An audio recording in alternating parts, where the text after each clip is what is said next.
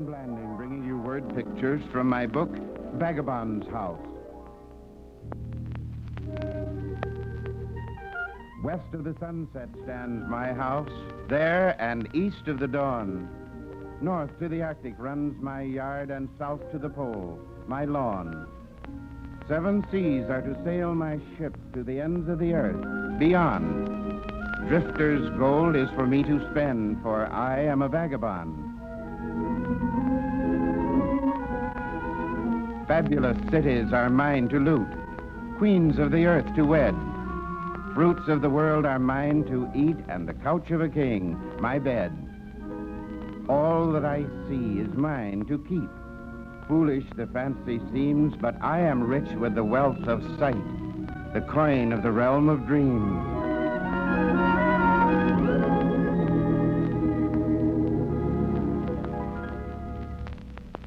Not for all the lonely winding road that leads across the hill into the neverness beyond, and not for all the restless thrill of changing skies.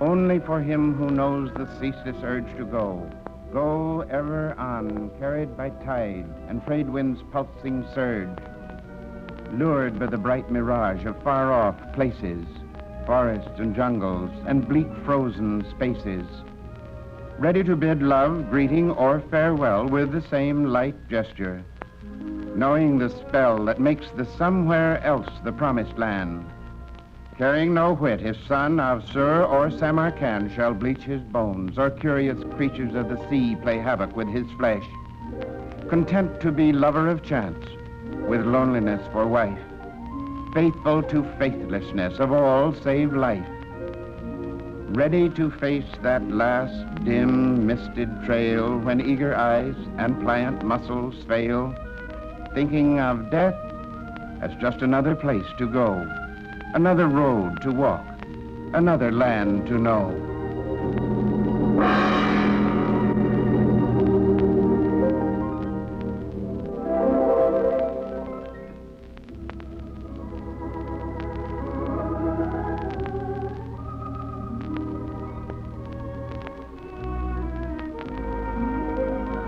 My grass house stands by the open sea on a bit of beach. It belongs to me.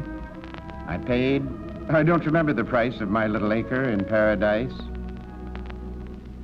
but a great deal more than sun-browned leaves of island grass went into the weaves and walls of my house. All day long as we built the hut, there were scraps of song and tatters of laughter and wisps of sighs, all tangled up with the binding ties of love and friendliness. Wondrous things were used to make my house. The strings of my heart with the warp, my love the woof of woven walls and brown thatched roof. For the Southern Cross hangs over my door, and the moon flings silver on the floor, while the surf makes thunder along the beach, and the rainbow's end is within my reach. Jasmine sprinkles my walls with stars, and spendthrift sun gold lies in bars on a hollow mat where I sprawl at ease and feel the swift caressing breeze that is tanged with salt from a lazy sea where the flying fish skim endlessly. By looking beyond my window ledge, I can see a long hibiscus hedge with polka dot pattern of red and white, a quiver with life in the drenching light. The green, fantastic mountains rise in sudden swoops to the startled skies where white cloud monsters puff their cheeks and scrape their bellies at the peaks. Along the reef, on a still, dark night, a fisherman prowls with the flaring light of smoky orange. He peers and feels in the coral caves for the tiger eels and the slimy squid. He brings to me crisp, wet sea moss, cool by the sea, and little sea urchins full of meat, and lobsters and crabs for me to eat. There's a monkey pod tree upon my lawn where the mynah birds at the peep of dawn raise an awful row, but I don't care. I rather like to hear them there.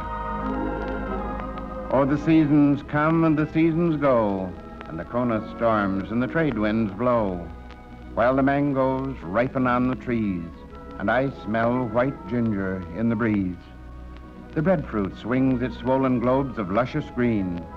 Like royal robes, the gorgeous bougainvillea spreads its scarlet and magenta reds. All up and down the road in rows, the autumn-colored croton grows in red and green and russet brown. A little stream comes rushing down across my yard. I dammed it so the water hyacinth could grow.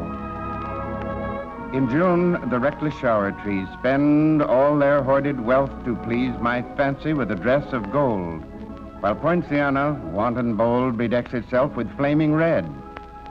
The pale begonia flowers shed a pearly, pinky sort of dew of petals on the grass. Can you look through my eyes and see this land where beauty lives on every hand? And would you care to use my ears and hear the music with its tears beneath the joyous note? I'll give my heart to you, so you may live one day in paradise. My hut of grass is open to you, but I think before the day has flown, you'll want a grass house of your own. Oh, little grass house on the beach, your drifting wind-blown leaves will reach across the world, across the years, and settle on my heart. The fears of losing you have made me care to pluck a leaf from here and there, and weave them into lazy line, and keep them in this heart of mine.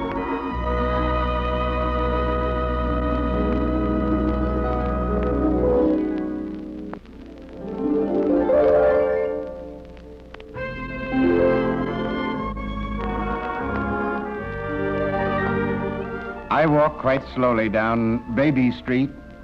Babies are everywhere, under my feet, sprawled on the sidewalks, perched on the walls, babies in dyedies, in blue overalls, babies in rompers of flowered cretonne, and babies with not much of anything on, little brown babies in brown mama's laps, Philippine babies, Koreans, and Japs, fresh, shiny babies right out of the tub, and babies in scandalous need of a scrub, baby Hawaiians, the sons of a chief, Rastas from Africa, gay past belief, babies with yellow hair, babies with brown, and babies with just a few patches of down. Toddling babies on little bowed legs, and very new babies much bolder than eggs. Portuguese babies and Russians as well, and babies whose ancestors no one could tell. Toothless as turkeys, these tiny young tads, but grinning as though they were dentifrice ads. Now walk very carefully. Make your step hesitant. One of these babies someday may be president.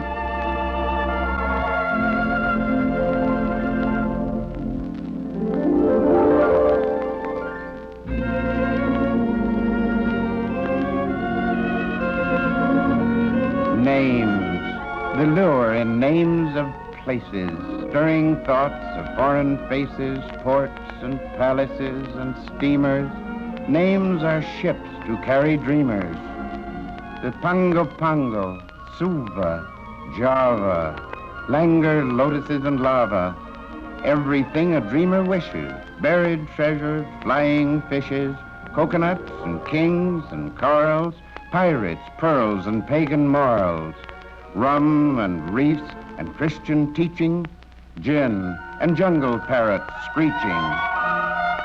Kobe, Nikko, Yokohama, views of sacred Fujiyama, bales of silk and bowls of lacquer, dragons on a sugar cracker, temples high on pictured mountains, purple goldfish, perfume fountains, amber, obis, geisha dances, almond eyes and slanted glances.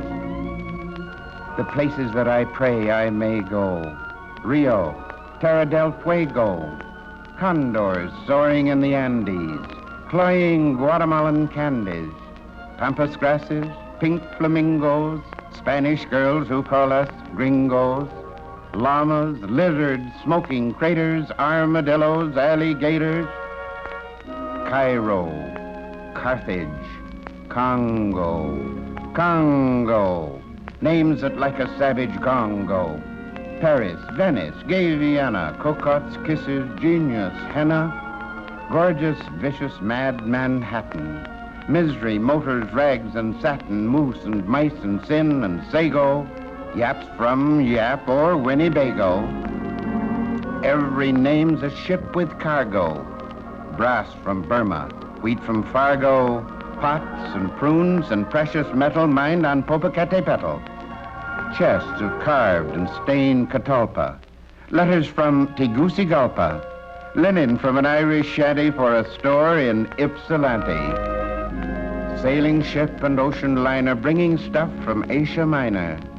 Ferry boat or lazy freighter. Folks from China or Decatur, Mozambique or Madagascar. Slav or Serb or savage Lascar. Barber, Berber or Brazilian. Clad in blue or bright vermilion. Fascinating names of places, stirring thoughts of foreign faces, ports and palaces and steamers. Names are ships to carry dreamers. And there's a place I want to go, a place called Paramaribo. Now, I don't know and I don't care where it is or who lives there, but just as sure as fate, I know I'll go to Paramaribo.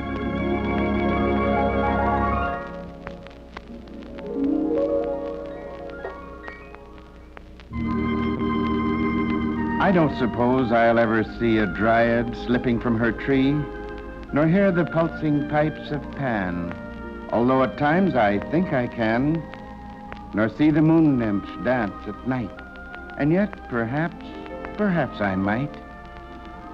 I watch the waves break on the rocks, and in between the thundered shocks, I think that I can almost hear the sirens singing sweet and clear.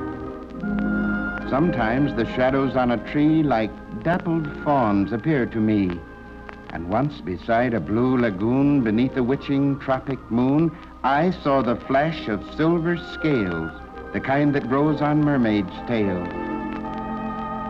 I don't suppose I'll ever see these things that mean so much to me, but if I watch by night, by day, you cannot tell.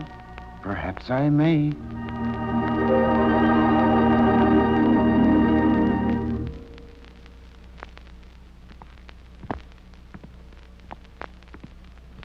Footsteps.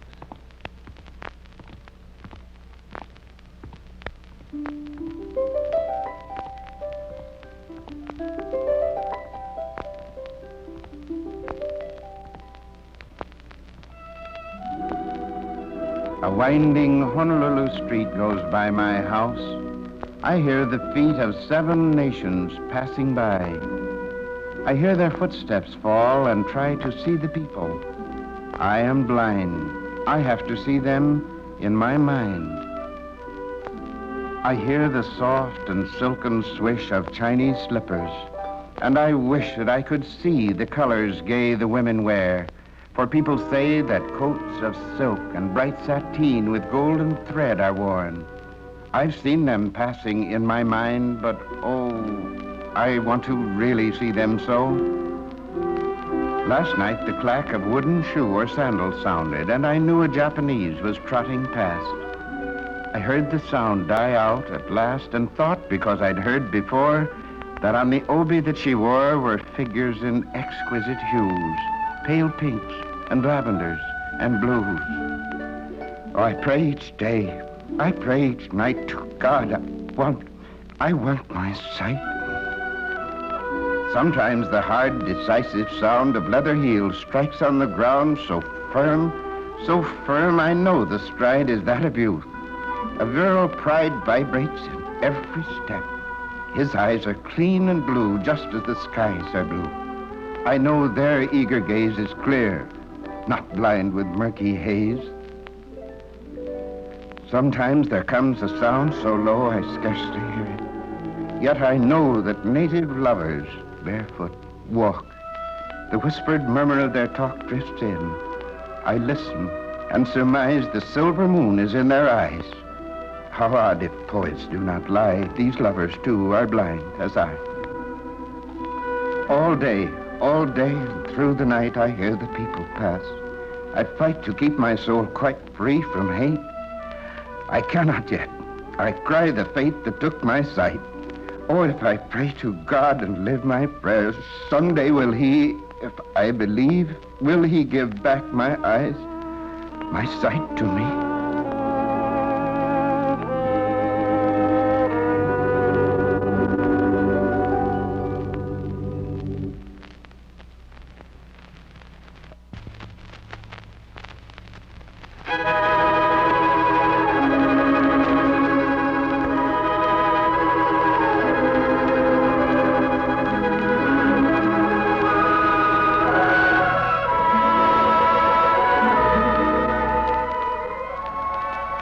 My treasure chest is filled with gold. Gold, gold, gold. Vagabond's gold and drifters' gold. Worthless, priceless, dreamers' gold. Gold of the sunset, gold of the dawn. Gold of the shower trees on my lawn. Poet's gold and artist's gold. Gold that cannot be bought or sold, but gold.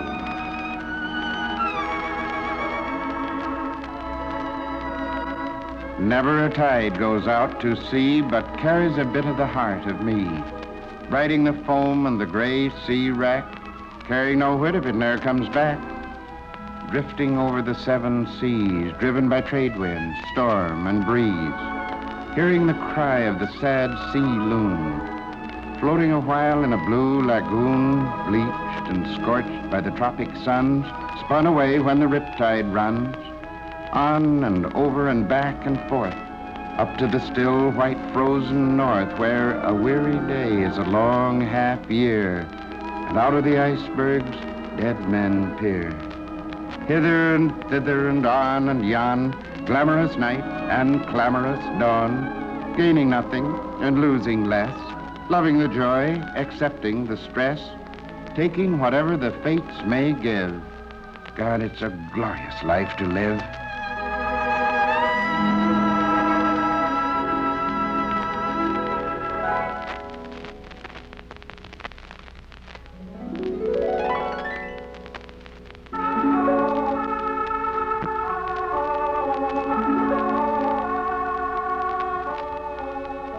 I am blood brother of all drifting things that ride the wind and tide, or on swift wings cry down the pathless blackness of the night, guided by restlessness and phantom lights of will-o'-the-wisp, borne by lost frantic souls, futile seekers of far shifting goals. We see strange sights, learn curious truths, find lotus lands and taste the fruit that soothes our fretted spirits for a blissful while in vague enchantment on an idle dreaming isle, but leaves us craving, seeking once again veiled distances. We know the stabbing pain that makes the desolation haunting loon fling maniac laughter to the silent moon. For once, God cursed, it saw the monstrous joke life plays on life. Its terrored reason broke, and so its mocking mirth congeals our blood. We are the riders of the aimless flood, strayed human driftwood, watching with wise, weary eyes the brassy tropic suns and shallow, empty skies of chartless seas. One day is like another day, and we unhappy, happy, who can say? We know not what strange port shall be our last, nor care. Today we feast, tomorrow fast. The treasure found is less to us than treasure sought, and we most dearly treasure trifles, dearly bought. While all those tender things, love, friendship, home, that haunt the dreams of us who drift and roam, we trade for worthless stardust, which we vainly seek in nameless valleys, lost behind some mist-enshrouded peak.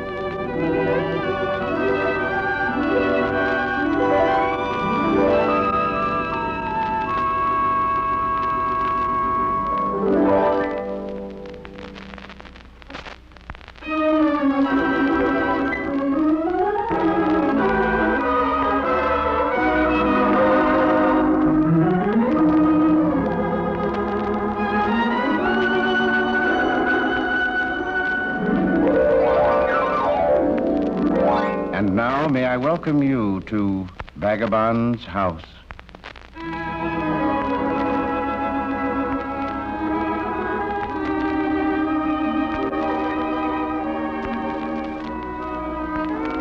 When I have a house, as I sometime may, I'll suit my fancy in every way.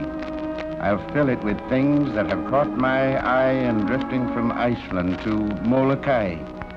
Won't be correct or in period style, but oh, I've thought for a long, long while of all the corners and all the nooks, of all the bookshelves and all the books, the great big table, the deep, soft chairs, and the Chinese rug at the foot of the stairs. It's an old, old rug from far Chaowan that a Chinese princess once walked on. My house will stand on the side of a hill by a slow, broad river, deep and still, with a tall lone pine on guard nearby where the birds can sing and the storm winds cry. A flagstone walk with lazy curves will lead to the door where a pan's head serves as a knocker there, like a vibrant drum, to let me know that a friend has come. And the door will squeak as I swing it wide to welcome you to the chair inside. For I'll have good friends who can sit and chat or simply sit when it comes to that, at a fireplace where the fir logs blaze and the smoke rolls up in a weaving haze. I'll want a wood box, scarred and rough, for leaves and bark and odorous stuff like resinous cones and knots and gums to chuck on the flames when winter comes. And I hope a cricket will stay around, for I love its creaky, lonesome sound. There'll be driftwood powder to burn on logs, and a shaggy rug for a couple of dogs. Boreas, winner of prize and cup, and Mickey, a lovable gutter pup. Thoroughbreds, both of them, right from the start. One by breeding, the other by heart. There are times when only a dog will do for a friend. When you're beaten, sick, and blue and the world's all wrong, for he won't care if you break and cry or grouch and swear. He'll let you know as he licks your hands that he's downright sorry and understands. I'll have on a bench a box inlaid with dragon plaques of milk-white jade to hold my own particular brand of cigarettes brought from the Pharaoh's land, with a cloisonne bowl on a lizard skin to flick my cigarette ashes in, and a squat blue jar for a certain blend of pipe tobacco. I'll have to send to a quaint old chap I chanced to meet in his fusty shop on a London street. A long, low shelf of teak will hold my best-loved books in leather and gold, while magazines lie in a bow-legged stand in a polyglot mixture close at hand. I'll have on a table a rich brocade that I think the Pixies must have made, for the dull gold thread on blues and grays weaves the pattern of Puck, the magic maze. On the mantelpiece, I'll have a place for a little mud god with a painted face that was given to me, oh, long ago by a Philippine maid in Olongapo. Then, just in range of a lazy reach, a bulging bowl of Indian beach will brim with things that are good to munch. Hickory nuts to crack and crunch, big fat raisins and sun-dried dates and curious fruit from the Malay Straits. Maple sugar and cookies brown with good hard cider to wash them down. Wine sap apples, pick of the crop. Ears of corn to shell and pop with plenty of butter and lots of salt. If you don't get filled, it's your own darn fault. And there where the shadows fall, I've planned to have a magnificent concert grand with polished wood and ivory keys for wild discordant rhapsodies, for wailing minor Hindu songs, for Chinese chants with clanging gongs, for flippant jazz and for lullabies and moody things that I'll improvise to play the long gray dusk away and bid goodbye to another day. Pictures, I think I'll have but 3. One in oil of a windswept sea with a flying scud and the waves whipped white. I know the chap who can paint it right in lapis blue and a deep jade green. A great, big, smashing, fine marine that'll make you feel the spray in your face. I'll hang it over my fireplace. But the second picture's a freakish thing. It's gaudy and bright as a macaw's wing. An impressionistic smear called Sin. A nude on a striped zebra skin by a Danish girl I knew in France. My respectable friends will look askance at the purple eyes and the scarlet hair, at the pallid face and the evil stare of the sinister, beautiful vampire face. I shouldn't have it about the place, but I like while I loathe the beastly thing, and that's the way one feels about sin. But the picture I love the best of all will hang alone on my study wall, where the sunset's glow and the moon's cold gleam will fall on the face, make it seem that the eyes in the picture are meeting mine, that the lips are curved in the fine, sweet line of that wistful, tender, provocative smile that has stirred my heart for a wondrous while.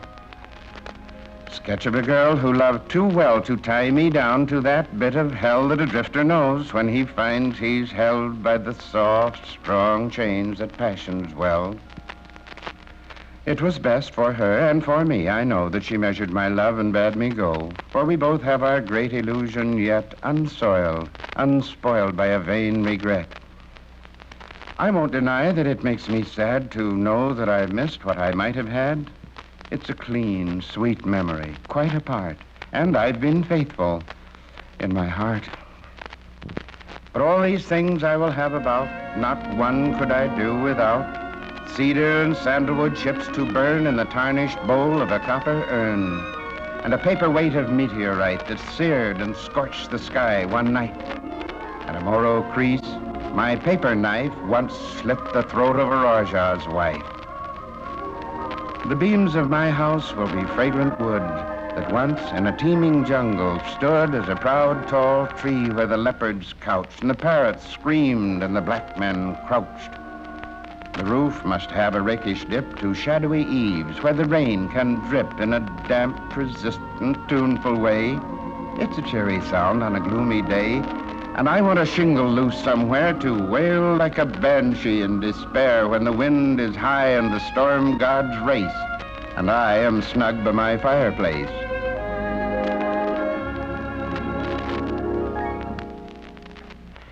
When I have my house, I'll suit myself, and I'll have what I call my condiment shelf, filled with all manner of herbs and spice, curry and chutney for meats and rice.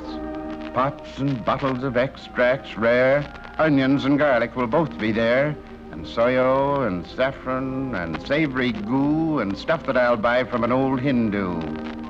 Ginger with syrup in quaint stone jars, almonds and figs in tinsel bars, Astrakhan caviar highly prized, and citron and orange peel crystallized, and anchovy paste and bramble jam and basil and chili and marjoram. Pickles and cheeses from every land, and flavors that come from Samarkand.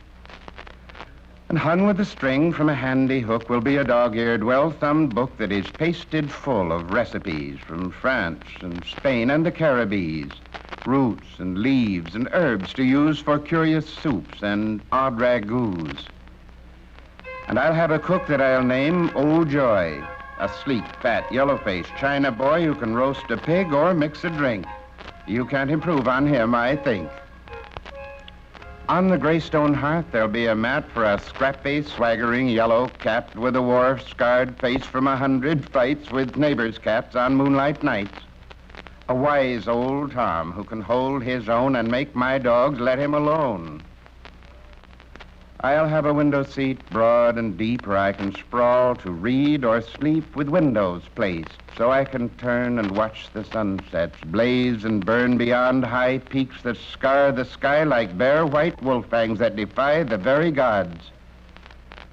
I'll have a nook for a savage idol that I took from a ruined temple in Peru, a demon chaser named Manchu, to guard my house by night and day and keep all evil things away. With pewter and bronze and hammered brass, old carved wood and gleaming glass, candles in polychrome candlesticks, and peasant lamps with floating wicks, dragons in silk on a mandarin suit in a chest that is filled with vagabond loot. All of the beautiful, useless things that a vagabond's aimless drifting brings. And then, when my house is all complete, I'll stretch me out on the window seat with a favorite book and a cigarette and a long, cool drink that Old Joy will get.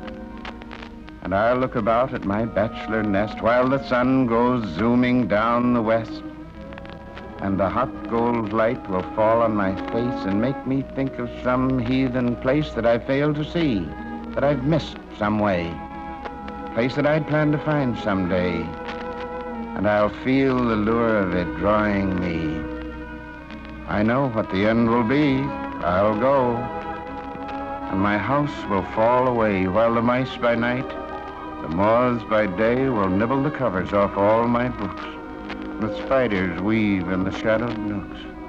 My dogs, I'll see that they have a home while I follow the sun, while I drift and roam to the ends of the earth, like a chip on the stream, like a straw in the wind, like a vagrant dream. And the thought will strike with a swift, sharp pain that I probably never will build again this house that I'll have in some far day. Well, it's just a dream house anyway.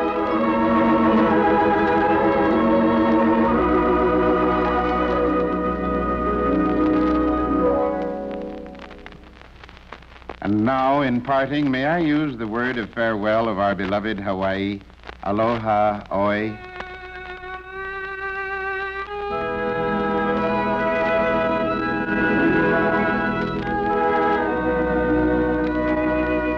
It's more than just an easy word for casual goodbye.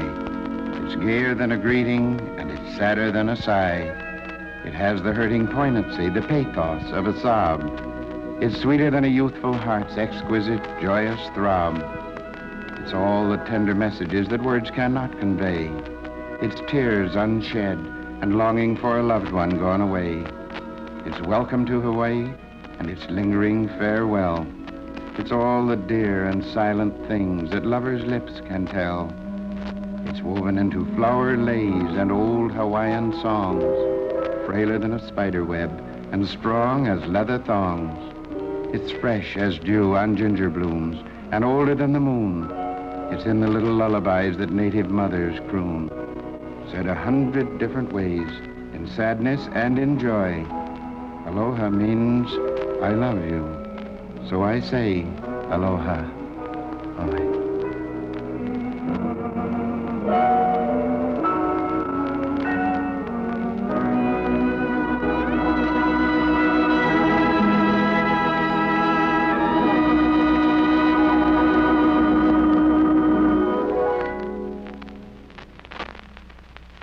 You have heard Don Blanding, by special arrangement with his publishers, the Messrs. Dodd, Mead and Company, in readings from his well-beloved book, Vagabond's House. The verses were, in sequence, some lines scrawled on the door of Vagabond's house, Vagabond's Road, Leaves from My Grass House, Baby Street, names of ships, Dreamer, Footsteps, Gold, Driftwood, Drifter, Vagabond's House, and Aloha Oi. The music was arranged and directed by Joe Venuti, with original themes by Joe Venuti and Irma Glenn.